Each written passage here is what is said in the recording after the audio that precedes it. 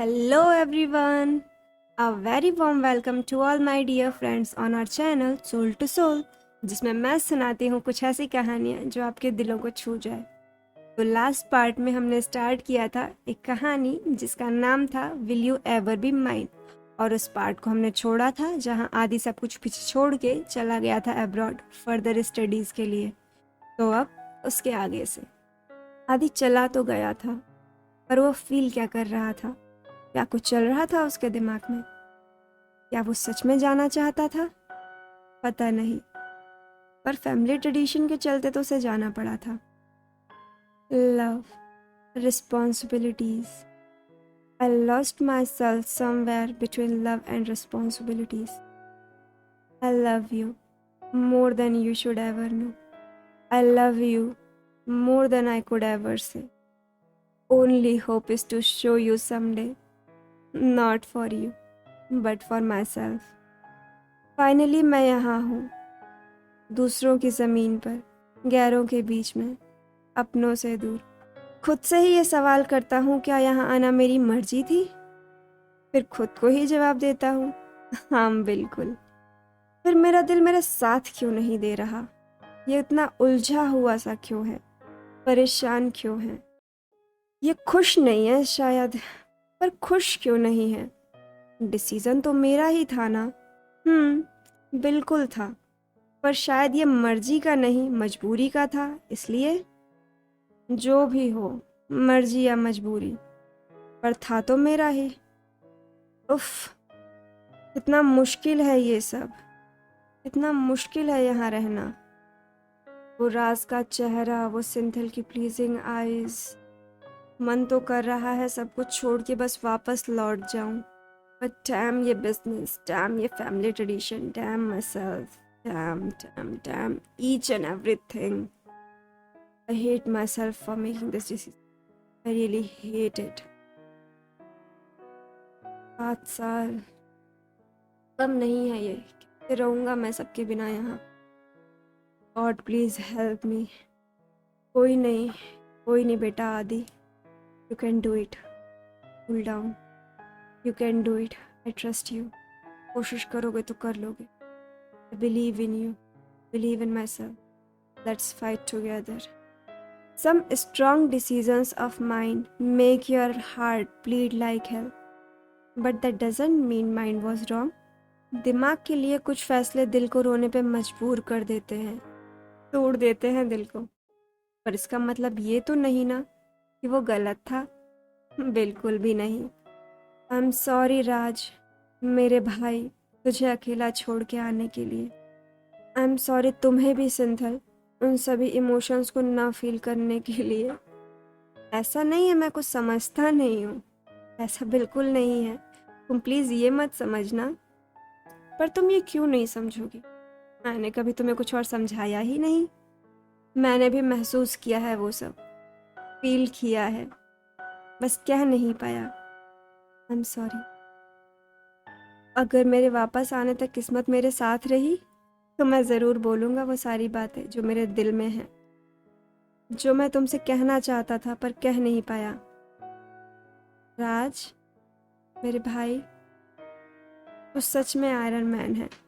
तू मेरा iron man है, मैं तेरे आगे कुछ नहीं। इसीलिए तो मैं तुझे रिस्पॉन्सिबिलिटीज़ दे के आया हूँ।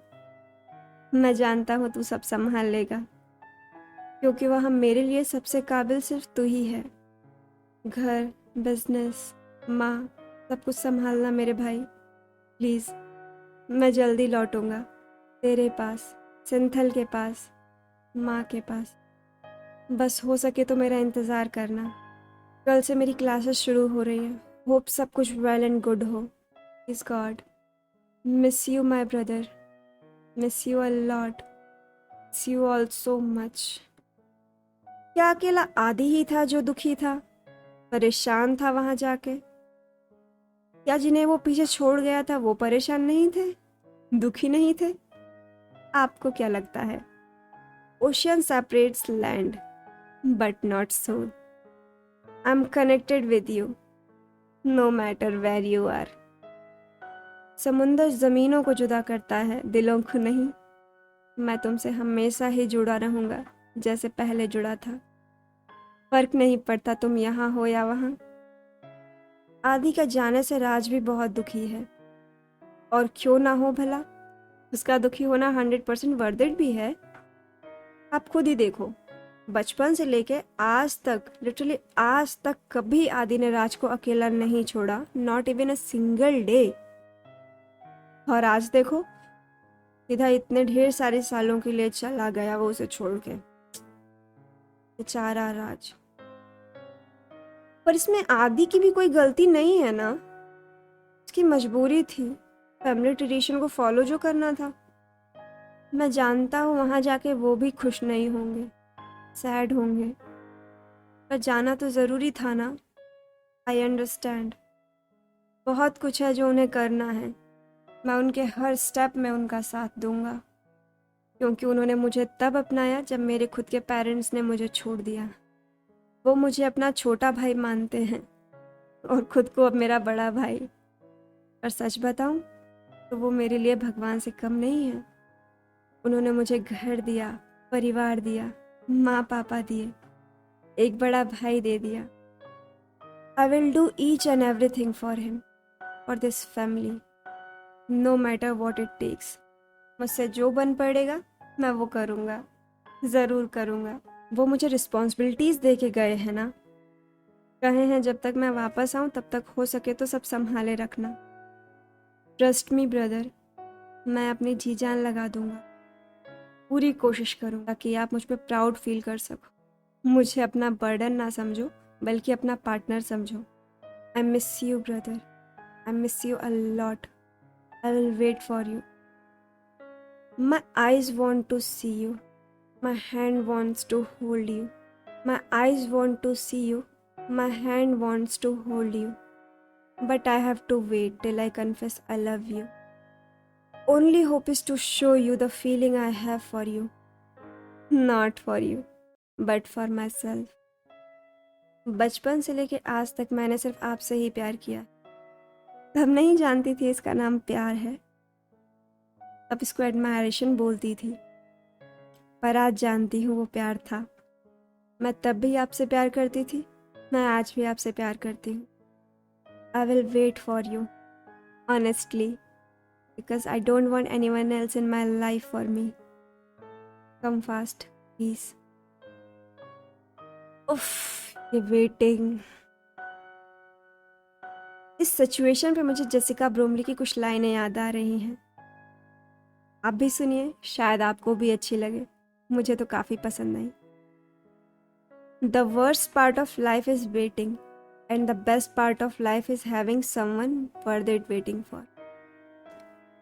लाइफ का सबसे खराब पार्ट है किसी का वेट करना, और वही अच्छा तब बन जाता है जब कोई उस काबिल मिल जाता है।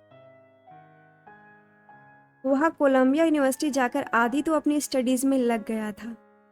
उसको कुछ जिम्मेदारियाँ थी जो उठानी थी, वो कुछ काम थे जो उसे पूरे करने थे, खुद को निखारना था उसके लिए, काबिल बनना था जो उसके फादर उसे बनाना चाहते थे। और लिटरली वो उस प्रोसेस में जुटा हुआ भी था, जी जान लगा के जुटा था। पर उस बेचारे को क्या पता कि उसके और उससे जुड़े हुए लोगों की किस्मत के साथ कुदरत क्या गेम खेल रही है।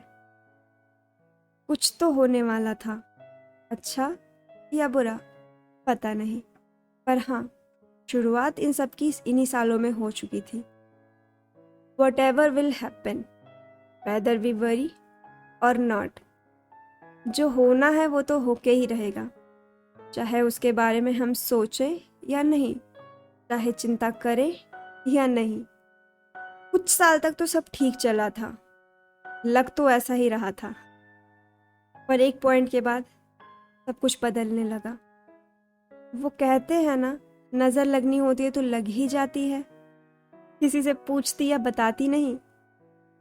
सिन्हा मेंशन में भी कुछ ऐसा ही हुआ, और यहाँ नज़र लगाने वाला कोई और नहीं, ओंकार सिन्हा थे। ओंकार सिन्हा। तो कौन थे ये ओंकार सिन्हा, जानते हैं अगले भाग में, और आज की कहानी यहीं स्टॉप करते हैं। तो आपको ये एपिसोड कैसा लगा, ये पार्ट कैसा लगा, मैं कैसा बोल रही हूँ, मुझे बताइएगा ज़रूर। आपको कुछ मेरे अंदर सुधार करनी हो, कुछ गाइडलाइन देनी हो तो प्लीज़ हेल्प करिएगा। कमेंट सेक्शन आपका है, आप जो लिखेंगे मैं वो पढ़ूंगी और उसके रिप्लाई देने की भी पूरी कोशिश करूंगी। मिलते हैं अगले एपिसोड में।